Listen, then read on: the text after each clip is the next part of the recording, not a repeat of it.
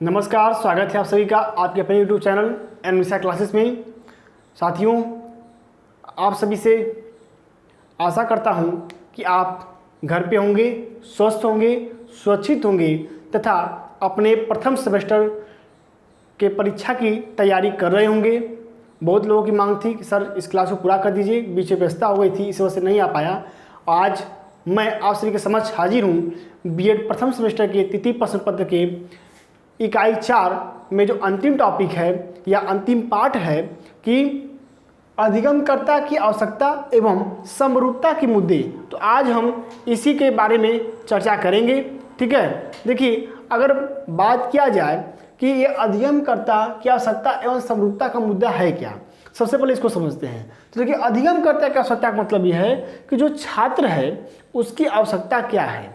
ठीक है, और उसके बाद समरूपता के मुद्दे। और जो छात्र हैं, जो लर्नर हैं, जो अधिगमकर्ता हैं, ये सिर्फ एक ही प्रकार के नहीं होते हैं।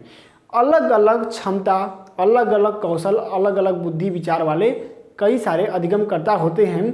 तो उनको एक समान रूप से समान बालक की श्रेणी लाने के लिए कौन कौन से मुख्य मुद्दे हैं, इनके बारे में आज हम चर्चा करेंगे। ठीक है, तो देखिए, बात करते हैं कि ये अधिगमकर्ता की आवश्यकता, यानी कि पहले अधिगमकर्ता कितने प्रकार के हैं, सबसे पहले इनको समझते हैं। ठीक है, तो अधिगमकर्ता यानी कि छात्र। तो छात्र देखिए मुख्यतः तो 2 प्रकार के होते हैं। ठीक है, अगर बुद्धि के आधार पर देखा जाए तब, जैसा कि हमने मनोविज्ञान क्लास को पढ़ाया भी है, तो जो छात्र होते हैं वह 2 प्रकार के होते हैं। पहला क्या है, बुद्धि के आधार पर सामान्य बालक, और दूसरा होता है विशिष्ट बालक। अब सामान्य और विशिष्ट बालक ही जो 2 हैं, इनमें भी विशिष्ट बालक आगे चल करके कई सारे उपभागों में बंट जाते हैं। ठीक है, तो आज हम उनके उपभागों का भी अध्ययन करेंगे और सब विशिष्ट बालकों के बारे में भी अध्ययन करेंगे। देखिए, सबसे पहले क्या है विशिष्ट बालक। विशिष्ट बालक कहते किसे हैं? विशिष्ट बालक जो होता है, यह क्या होता है हमने आपको बता दिया है आपकी मनोविज्ञान वाली क्लास में, तो आप वहाँ पर जा कर के इसके बारे में अध्ययन कर सकते हैं। ठीक है, इसके बाद है प्रतिभाशाली बालक, पिछड़े बालक, मंदबुद्धि बालक, अधिगम असमर्थ बालक, फिर श्रवण बाधित बालक, दृष्टि बाधित बालक, और सबसे अंत में आता है शारीरिक रूप से बाधित बालक। तो ये बालकों के 8 प्रकार हैं, अधिगमकर्ताओं के 8 प्रकार हैं। ठीक है, यहाँ पे हम विशिष्ट बालक भी पढ़ेंगे, प्रतिभाशाली बालक भी पढ़ेंगे, पिछड़े बालक भी पढ़ेंगे, मंदबुद्धि बालक भी पढ़ेंगे, अधिगम असमर्थ बालक भी पढ़ेंगे, दृष्टि बाधित बालक पढ़ेंगे, श्रवण बाधित बालक पढ़ेंगे और शारीरिक बाधित बालक के बारे में अध्ययन करेंगे। तो आज हम आज की क्लास में सिर्फ 4, ये 1, 2, 3 और पिछड़े बालक के साथ साथ मंदबुद्धि बालक, सिर्फ 4 बालकों की हम बात करेंगे और बाकी बालकों की बात हम अगले क्लास में करेंगे। तो देखिए, सबसे पहले बात करें विशिष्ट बालक की। तो देखिए, विशिष्ट बालक से क्या तात्पर्य है, यह क्या है, इनकी परिभाषा क्या है, और इसके कितने प्रकार हैं। ठीक है, इन सब की चर्चा, इनके पाठ्यक्रम कैसा होना चाहिए, इन सब की चर्चा हमने मनोविज्ञान की क्लास में कर दिया है। इसलिए उसका जो लिंक होगा वह डिस्क्रिप्शन बॉक्स में आपको प्रदान कर दिया जाएगा। विस्तृत 20 या 25 मिनट की पूरी उसमें चर्चा की गई है, पूरा वीडियो है, पूरा क्लास है, आप उसको वहाँ से देख लीजिएगा। ठीक है, अब हम आगे बात करेंगे प्रतिभाशाली बालक की। ठीक है, प्रतिभाशाली बालक की अगर हम बात करें तो प्रतिभाशाली बालक कहते किसे हैं, इसको हम कुछ परिभाषाओं के आधार पर समझेंगे। देखिए, सबसे पहली परिभाषा है प्रतिभाशाली बालक की बात करें तो देखिए, सबसे पहली परिभाषा टर्मन के अनुसार। टर्मन एक मनोवैज्ञानिक थे। इन्होंने कहा कि वे बालक जिनकी बुद्धि लब्धि 140 या उससे अधिक होती है वे प्रतिभाशाली बालक के अंतर्गत आते हैं। इन्होंने बालकों का जो वर्गीकरण किया था, प्रतिभाशाली बालक, मंदबुद्धि बालक, अधिगम अक्षमता वाले बालक, श्रेष्ठ बुद्धि वाले बालक, तो इन्होंने जो बंटवारा किया था बालकों की बुद्धि लब्धि के आधार पर किया था। इन्होंने कहा कि जिनकी बुद्धि लब्धि 140 या उससे अधिक होती है वे प्रतिभाशाली बालक के अंतर्गत आते हैं। यह टर्मन के अनुसार परिभाषा है। आगे देखिए, अब्दुल रऊफ के अनुसार इन्होंने कहा कि प्रतिभाशाली सदस्य अभिप्राय बालक की उच्च बुद्धि लब्धि से किया जाता है, यानी जिन बालकों की उच्च बुद्धि लब्धि होती है उन्हें हम प्रतिभाशाली बालक कह सकते हैं। तो ऐसी परिभाषा है कार्लसनिक के अनुसार। यह परिभाषा बहुत ही महत्वपूर्ण है। कार्लसनिक के शब्दों में इन्होंने कहा कि प्रत्येक बालक जो अपने आयु स्तर के बालकों से क्या होता है, किसी भी योग्यता में श्रेष्ठ होता है तथा जो समाज के लिए महत्वपूर्ण योगदान कर सके वही बालक क्या होता है, वही बालक आपका प्रतिभाशाली बालक कहलाता है।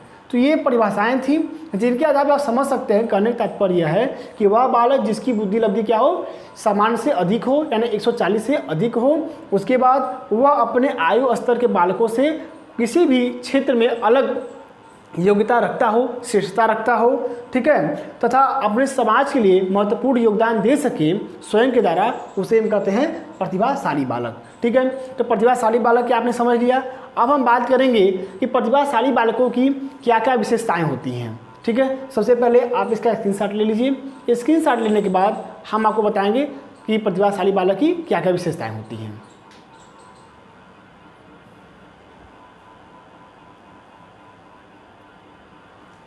ठीक है, स्क्रीनशॉट ले लिया श्री ने।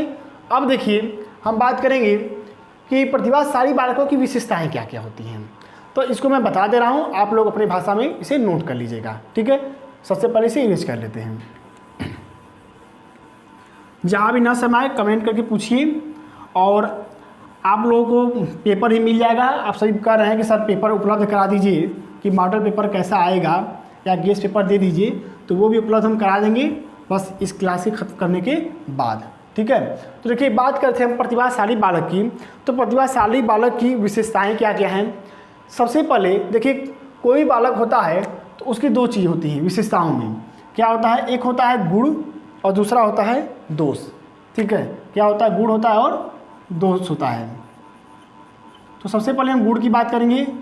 गुण को हम धनात्मक विशेषता भी कहते हैं। ठीक है, गुणों को हम क्या बोलते हैं, गुणों को हम धनात्मक विशेषता भी बोलते हैं। तो सबसे पहले हम धनात्मक विशेषता की बात करेंगे। देखिए विशेषताएं दो होती हैं, मैंने बताया अभी कि एक धनात्मक विशेषता और एक ऋणात्मक विशेषता। इसे हम बोलते हैं गुण और इसे बोलते हैं हम दोष। आप कुछ भी लिख सकते हैं, प्रतिभाशाली बालक के गुण या प्रतिभाशाली बालक की धनात्मक विशेषता। ठीक है, तो बात करेंगे प्रतिभाशाली बालक की धनात्मक विशेषताओं के बारे में। तो सबसे पहले समझिए कि इनमें कौन कौन से गुण हैं। सबसे पहला कि यह जो बालक होते हैं, यह गुण की बात कर रहा हूँ कि यह लंबे होते हैं। ठीक है, शारीरिक रूप से अच्छे स्वास्थ्य वाले होते हैं। इनका वजन ज़्यादा होता है जो प्रतिभाशाली बालक होते हैं। ठीक है, दूसरी विशेषता की बात करें कि जो भी प्रतिभाशाली बालक होते हैं, इनकी जो ज्ञानेंद्रियाँ होती हैं वह प्रखर होती हैं। ठीक है, सामान्य बालकों से ज्ञानेंद्रियाँ प्रखर होती हैं। जैसे अगर प्रतिभाशाली बालक बैठा हुआ है, ठीक है, और आपने कहीं सुई भी गिरा दी कमरे में, तो उसे वो उसकी आवाज़ सुनाई दे देगी, क्योंकि उसकी ज्ञानेंद्रियाँ जो होती हैं, आँख, कान, नाक, जीभ, त्वचा जो है, यह बहुत ही ज़्यादा सेंसिटिव होती हैं, बहुत ही ज़्यादा प्रखर होती हैं। आगे देखिए, तीसरी विशेषता है प्रतिभाशाली बालक की कि इनका जो व्यवहार होता है वह बहुत ही अच्छा होता है। यह मृदु स्वभाव के होते हैं। ठीक है, और बहुमुखी प्रतिभा के धनी भी होते हैं। आगे देखिए, इनका जो भावात्मक विकास होता है, किनका, प्रतिभाशाली बालकों का। तो प्रतिभाशाली बालकों की जो भावनाएं होती हैं, यानी जो भावात्मक विकास होता है, यह भी उच्च कोटि का होता है। यानी इनमें सोचने, समझने, तर्क करने की क्षमता क्या होती है, बहुत ही उच्च कोटि की होती है, अच्छे स्तर की होती है। ठीक है, तो जब सोचने समझने की क्षमता अच्छे स्तर की होगी, तो इनमें समस्या समाधान करने की भी योग्यता जो होती है वो क्या होती है, अच्छी होती है। यानी कि जल्द ही किसी समस्या का समाधान कर सकते हैं। यह इनकी पांचवी विशेषता है। छठी विशेषता की बात करें तो इनका शब्द भंडार ज़्यादा होता है। ठीक है, क्योंकि कहाँ पर कौन से शब्द का यूज करना है, कैसे करने पर क्या लोग खुश हो सकते हैं, किन शब्दों का प्रयोग करने पर किसी व्यक्ति को कष्ट हो सकता है, यह सभी बात से यह भली भांति परिचित होते हैं। ठीक है, इसीलिए जो भी प्रतिभाशाली बालक होते हैं उनका जो शब्द भंडार होता है वह बहुत ही उच्च होता है। ठीक है, अब जैसा कि हम बात कर रहे थे IQ की, इनकी बुद्धि लब्धि की, तो इनकी बुद्धि लब्धि जो होती है वह भी 140 से प्लस होती है, 140 होती है, यानी कि उच्च बुद्धि लब्धि भी इनकी होती है। ठीक है, इसके बाद हम बात करेंगे आठवीं विशेषता की। तो इनका जो क्षेत्र है, चाहे वो कला के क्षेत्र हो, संगीत का क्षेत्र हो, साहित्य का क्षेत्र हो, या क्रीड़ा यानी कि खेल कूद का क्षेत्र हो, किसी भी क्षेत्र में ये अपनी विशेष योग्यता रखते हैं। इसीलिए तो इनको भाई कहा जाता है प्रतिभाशाली बालक, कि ये सामान्य बालकों से किसी भी क्षेत्र में अपने को श्रेष्ठ साबित करते हैं, इसलिए प्रतिभाशाली बालक कहा जाता है। तो इसीलिए विशेषता में इनके शामिल है कि यह कला, संगीत, साहित्य, खेल कूद में अपनी विशेष योग्यता रखते हैं। और इनमें एक गुण और पाया जाता है कि यह हास परिहास यानी हंसी जो हंसी आनंददायी बातें हैं, ऐसे बालक ज़्यादा करते हैं। ठीक है, यानी कि प्रसन्नचित्त रहते हैं। ये नहीं कि हमेशा मुंह लटकाए हुए हैं, यह हो गया। अगर उनका कुछ कहीं नुकसान हो जाता है तो अपने आप को समायोजित कर लेते हैं, यानी कि परिस्थिति के अनुसार उनमें समायोजन की क्षमता भी होती है। ठीक है, आगे देखिए, ये जो बालक होते हैं यह समाज विद्यालय के कार्यों में अधिक रुचि लेते हैं। हमने पहले बताया कि ऐसे बालक समाज कार्यों में अपना योगदान करते हैं, परिभाषा हमने बता दिया है। तो यही बात यहाँ बता रहा हूँ कि ऐसे बालक जो होते हैं घर, विद्यालय व समाज में जो कार्य हैं उनमें रुचि लेते हैं, यानी कि कार्यों का बंटवारा करते हैं। ठीक है, तो यह तो हो गई इनके गुणों की बात। अब हम बात करते हैं यानी कि प्रतिभाशाली बालकों की ऋणात्मक विशेषताएं या प्रतिभाशाली बालकों के दोष। तो सबसे पहला दोष हमारा है, देखिए सबसे पहला दोष इनका ये है, जो प्रतिभाशाली बालक होते हैं, कि यह कोई भी अगर टॉपिक आप दोहरा रहे हैं तो वह उनमें अरुचि प्रदर्शित करते हैं। ठीक है, उन्हें उबाऊ लगता है, जैसे लगता है उब रहे हैं। ये बात तो पढ़ लिए हैं, वो याद कंठस्थ हो गया है, तो उन्हें दोबारा उबने लगते हैं वह। ठीक है, उसके बाद जो विषय उन्हें पसंद नहीं है, जो विषय अरुचिकर उनको लगता है, उनमें वे क्या करते हैं, अपनी अरुचि प्रकट करते हैं। ठीक है, जो भी विषय उन्हें पसंद नहीं है, नापसंद विषय में क्या करते हैं, अरुचि प्रकट करते हैं, जो कि इनकी क्या है, ऋणात्मक विशेषता है। दूसरी हम दोष की बात करें तो इनकी जो लिखावट होती है वह कुछ खास नहीं होती है। लिखावट जो होती है वह अच्छी नहीं होती है, प्रायः यही देखा गया है। ठीक है, आगे देखिए, जो सामान्य बालकों के लिए पाठ्यक्रम बनाए गए हैं वह इन प्रतिभाशाली बालकों को पसंद नहीं आते हैं। इनके लिए इनको जो लगता है कि हमारे लिए एक अलग से पाठ्यक्रम बनाया जाए। जैसे कि हम बात करें, मैं अपने स्वयं के अनुभव की बात कर रहा हूँ कि जब मैं इंटरमीडिएट पास हुआ था तो मैं एक कोचिंग में गया था, वहाँ पे नेवी की तैयारी करने के लिए। तो हुआ क्या कि हमने सोचा कि तैयारी ऐसे करेंगे कि जो जो चैप्टर नहीं आता है वह चैप्टर पढ़ाया कर दिया जाएगा, जो टॉपिक नहीं समझ आ रहा है अगर वह बता दिया जाएगा, तो बाकी तो अपना सब सही ही है। ठीक है, सिर्फ मैथ ही वीक था तो पढ़ लेंगे। लेकिन जब हम कोचिंग में गए तो वहाँ पे हुआ कि नहीं, आपको पूरा 6 महीने या साल भर का समय देना होगा, जो भी ड्यूरेशन था इतना समय आपको देना होगा। तो हमने कहा ठीक है, लेकिन इतने समय करेंगे क्या, हमें तो सिर्फ यही चीज़ नहीं आता। तो उन्होंने कहा कि नहीं, ऐसे नहीं हो सकेगा, आप सबके साथ पढ़ेंगे और जैसे जैसे पढ़ा जाएगा वैसे पढ़ेंगे। उसके बाद जब हम लोग गए क्लास में तो वहाँ पे क्या हुआ कि जो सर थे वह उनको सबको लेकर के चलना था, इसीलिए वह पूरा चैप्टर पढ़ाते थे, उसके बारे में पूरा विषय समझाते थे, समझा करके फिर आगे बढ़ते थे। तो हमें लगा कि हमारे समय की बर्बादी है, क्योंकि जो सिर्फ हमें नहीं आ रहा, हमें सिर्फ वो पढ़ना चाहिए था, जबकि यहाँ पे सबको लेकर के चला जा रहा है।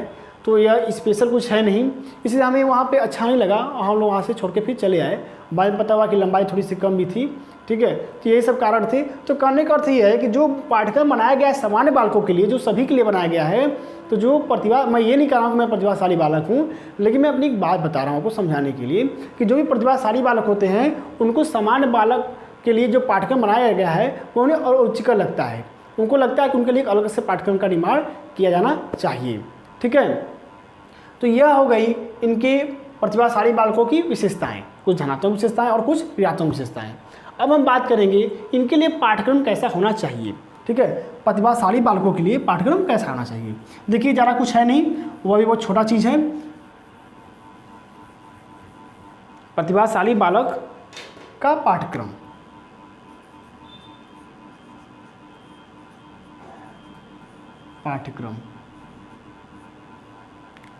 ठीक है।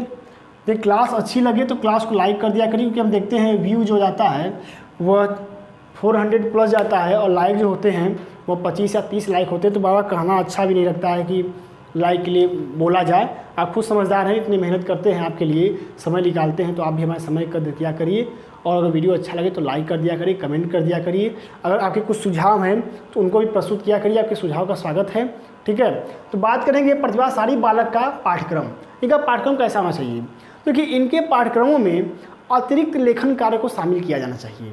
क्या शामिल करना चाहिए, अतिरिक्त लेखन कार्य को और अतिरिक्त पठन कार्य को। यानी कि जब क्या होता है, जब पाठ पढ़ाया जाता है सबको, तो जब पाठ खत्म हो जाता है या फिर जो भी क्लासेस है वो सब समाप्त हो जाती हैं, तो ये अपनी अरुचि प्रदर्शित करने लगते हैं। इन्हें जो वातावरण है पढ़ने का वह नीरस लगता है। इसीलिए कुछ अतिरिक्त पठन और लेखन कार्य इनको प्रदान किया जाना चाहिए। ठीक है, ऐसा चीज़ इनके पाठ्यक्रम में शामिल हो। उसके बाद जो भी अतिरिक्त कौशल और कला को सीखने के लिए इनको प्रोत्साहित किया जाना चाहिए। इनके पाठ्यक्रम ऐसा बनाया जाए कि इसमें अतिरिक्त कौशल और कला को सीखने के लिए बालकों को प्रोत्साहित किया गया हो। ठीक है, आगे देखेंगे, उच्च लक्ष्यों का निर्धारण किया जाना चाहिए। उच्च लक्ष्यों का निर्धारण से मतलब ये है कि जैसा कि एपीजे अब्दुल कलाम ने कहा था कि छोटा लक्ष्य अपराध होता है, यानी कि थोड़ा बड़ा लक्ष्य बनाया जाना चाहिए हमेशा। तो वही बात यहाँ भी कही जा रही है कि प्रतिभाशाली बालकों के जो पाठ्यक्रम होते हैं वे ऐसे हों जिनसे कि वह उच्च लक्ष्यों का निर्धारण कर सकें। ठीक है, उनके अध्ययन के बाद आगे देखिए, नवीन जो शिक्षण विधियाँ हैं उनको भी इनके पाठ्यक्रम में शामिल किया जाना चाहिए। नवीन और अलग अलग शिक्षण विधियों को इनके पाठ्यक्रमों में शामिल किया जाना चाहिए। और जब इनके पाठ्यक्रम में शामिल की जाएगी नवीन और विभिन्न शिक्षण विधियां, तो उनको संपादित करने के लिए जो प्रतिभावान शिक्षक हैं उनकी भी आवश्यकता पड़ेगी। इसलिए प्रतिभाशाली बालक के पाठ्यक्रम को सही ढंग से संचालित करने के लिए विद्यालयों में प्रतिभाशाली शिक्षकों की भी आवश्यकता पड़ती है। इसके साथ साथ इनका जो पाठ्यक्रम होना चाहिए वह पाठ्यक्रम थोड़ा विस्तृत होना चाहिए, क्योंकि यह जल्द ही किसी चीज़ को स्मरण कर लेते हैं। इसे पाठ्यक्रम विस्तृत रहेगा तो इन्हें आसानी होगी। तो यह हो गया प्रतिभाशाली बालकों का पाठ्यक्रम। हमने बता दिया आपको सारी हेडिंग। सबसे पहला हमने बताया आपको अतिरिक्त लेखन व पठन कार्य दिया जाना चाहिए। उसके बाद कौशल और कला सीखने के लिए प्रोत्साहित किया जाना चाहिए। इसके बाद उच्च लक्ष्यों का निर्धारण इनके पाठ्यक्रम में होना चाहिए तथा प्रतिभाशाली शिक्षकों का चयन इसमें होना चाहिए तथा विभिन्न शिक्षण विधियाँ तथा नवीन शिक्षण विधियों का समावेश इनके पाठ्यक्रम में किया जाना चाहिए। इसके बाद इनका जो पाठ्यक्रम है वह विस्तृत होना चाहिए। इन सब चीज़ों को ध्यान में रखते हुए इनके प्रतिभाशाली बालकों के पाठ्यक्रम का निर्माण किया जाना चाहिए। ठीक है, तो यह हो गए आपकी किसकी, प्रतिभाशाली बालक की बात।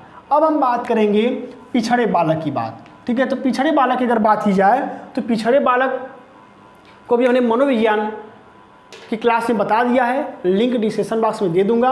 वहाँ से आप पिछड़े बालक और मंदबुद्धि बालक, इन दोनों बालकों के जो भी विशेषता है, अर्थ है, ठीक है, इनको आप वहाँ पे देख लीजिएगा। हम सिर्फ यहाँ बात करेंगे जो चीज़ हमने नहीं पढ़ाया है उसके बारे में, क्योंकि ज़्यादा पढ़ाने से समय का नुकसान होगा। तो देखिए, पिछड़े बालक की हम बात करें तो पिछड़े बालक क्या होते हैं, उनकी विशेषताएं क्या होती हैं, उनकी आवश्यकताएं क्या होती हैं, वो आप वीडियो में देख लीजिएगा। हम यहाँ बात करेंगे पिछड़े बालकों का पाठ्यक्रम कैसा होना चाहिए। ठीक है, तो बात करेंगे पिछड़े बालक का पाठ्यक्रम। पिछड़े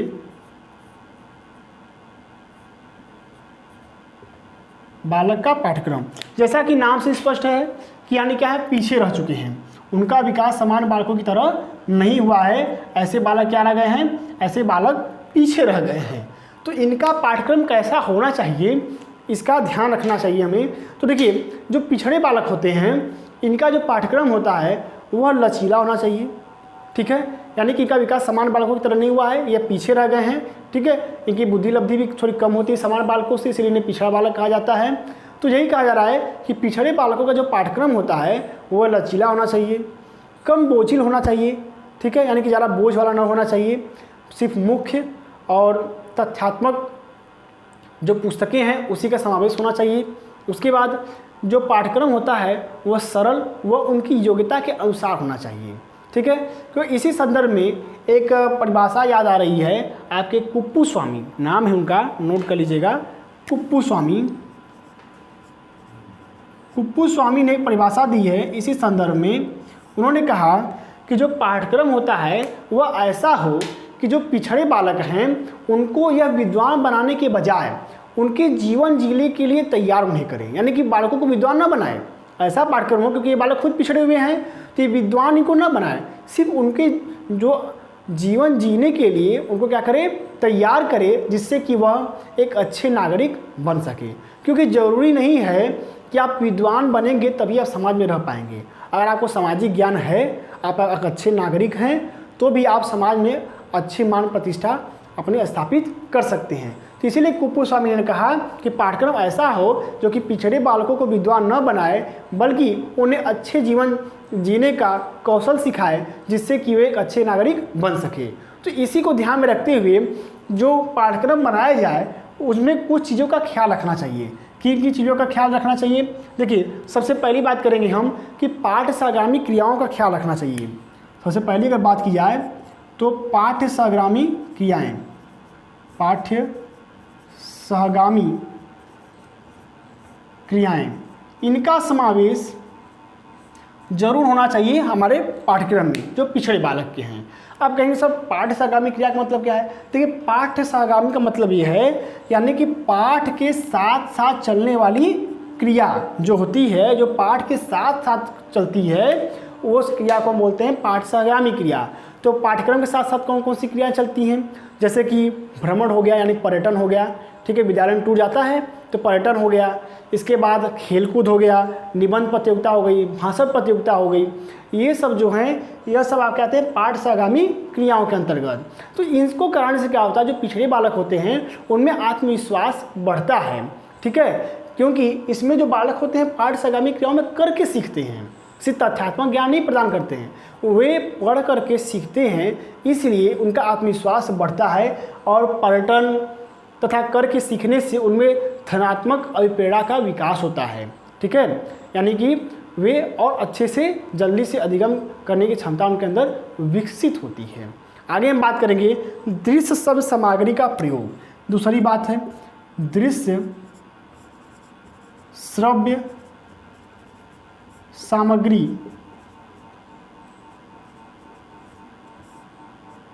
का प्रयोग। देखिए, इनके जो पाठ्यक्रम होगा उनमें दृश्य शब्द सामग्री का भी प्रयोग करने के लिए पाठ्यक्रम को तैयार किया जाना चाहिए, यानी ऐसा पाठ्यक्रम हो जिसमें कि दृश्य शब्द सामग्री का भी प्रयोग किया जाए। अब दृश्य शब्द सामग्री क्या है, ये समझ लीजिए। दृश्य सामग्री का मतलब ये है कि आप उस सामग्री को देख सकते हैं, ठीक है, जो शिक्षण अधिगम में सहायक होती है। और शब्द मतलब सुनने वाली सामग्री, जैसे कि अब हम दोनों को अगर जोड़ दें यानी कि देखने वाली भी और सुनने वाली भी सामग्री, इन दोनों की सामग्रियों का प्रयोग करने से पिछड़े बालक अधिक से अधिक अधिगम कर सकते हैं। इसलिए आप देखेंगे तो जो छोटी कक्षाएं होती हैं तो उनमें क्या होता है कि कैसेट मिलता है किताब के साथ साथ। कैसेट क्यों मिलता है? क्योंकि किताब में जो चैप्टर होते हैं उस सभी चैप्टर को मिला करके उस CD या DVD में एक वीडियो बना दिया जाता है, जिससे कि उसे देखते हैं, आनंद भी लेते हैं और अच्छे से इसको याद भी कर लेते हैं, ठीक है। तो यही है कि दृश्य शब्द सामग्री का पिछड़े बालकों के पाठ्यक्रम में समावेश किया जाना चाहिए। जैसे कि चार्ट है, उसका विभिन्न प्रकार के जो आते हैं कलर वाले चाक, उनका प्रयोग करना चाहिए, जिससे कि देख करके और आनंदित होंगे और उन्हें रुचिकर लगेगा, ठीक है। इसके बाद रेडियो का प्रयोग करके, टेलीविज़न का प्रयोग करके, ग्लोब का प्रयोग करके बच्चों को पढ़ाना चाहिए, ठीक है, जिससे कि वे और रुचि ले सकें पिछड़े बालक। उसके बाद आता है पढ़ाने की विधि, यानी कि पढ़ाने की विधि सबसे बड़ी देखिए महत्वपूर्ण है, यानी कि शिक्षण विधि। शिक्षण विधि नई नई तथा विभिन्न शिक्षण विधियों का प्रयोग किया जाना चाहिए, इसमें पिछड़े बालकों के पाठ्यक्रम में, ठीक है। कभी व्याख्या विधि तो कभी ये और सारी विधियां जो हैं उन सबका प्रयोग इसमें किया जाना चाहिए, किसमें? शिक्षण विधियों के अंतर्गत, ठीक है। तो यही बात है कि आप जितनी भी विधियों का प्रयोग करेंगे बालकों को पढ़ाने के लिए, ठीक है, अनुसंधान विधि है, व्याख्या विधि है, अन्य सारी कई सारी विधियां हैं, तो इन सभी का प्रयोग करने से जो पिछड़े बालक होते हैं वे और भी जागरूक होते हैं पढ़ने के प्रति, ठीक है। तो यह हो गया आपके पिछड़े बालकों का पाठ्यक्रम। अब हम बात करेंगे आपके मंद बुद्धि बालकों की, ठीक है। मंद बुद्धि बालक का मतलब ये है कि जो बालक बुद्धि से क्या होते हैं, थोड़े धीमे होते हैं। तो ये मंद बुद्धि बालक क्या है, इसको भी हमने पिछले जो क्लास है मनोविज्ञान की उसमें उन्हें पढ़ाया हुआ है, तो आप वहाँ पे इसे देख लीजिएगा। हम बात करेंगे यहाँ पर सीधे कि मंद बुद्धि बालकों की पाठ्यक्रम कैसा होना चाहिए, कैसा होना चाहिए मंद बुद्धि बालकों का पाठ्यक्रम। तो हम इसे लिख देते हैं और आप अच्छे से इसको समझ लीजिए, ठीक है। देखिए, मानसिक मंदित बालकों का पाठ्यक्रम। तो मानसिक मंदित बालक जो होते हैं या मंद बुद्धि बालक इन्हें कह सकते हैं हम, तो इन्हीं बालकों का पाठ्यक्रम कैसा होगा? मंद बुद्धि बालकों के पाठ्यक्रम में विशेष अध्यापन विधियों का प्रयोग करना चाहिए। विशेष अध्यापन विधियों का मतलब ये है कि जैसे कि अध्यापन करते समय कई सारे उदाहरण उनको प्रस्तुत करने चाहिए, क्योंकि कभी कभी क्या होता है जो टॉपिक कठिन होता है तो उन्हें बालक नहीं समझ पाते हैं क्योंकि मंद बुद्धि के हैं। तो इसीलिए इनको कई सारे उदाहरण प्रस्तुत करना चाहिए। और उदाहरण कैसे प्रस्तुत करना चाहिए? विकासात्मक उदाहरण प्रस्तुत करना चाहिए जिससे कि इनका विकास हो सके।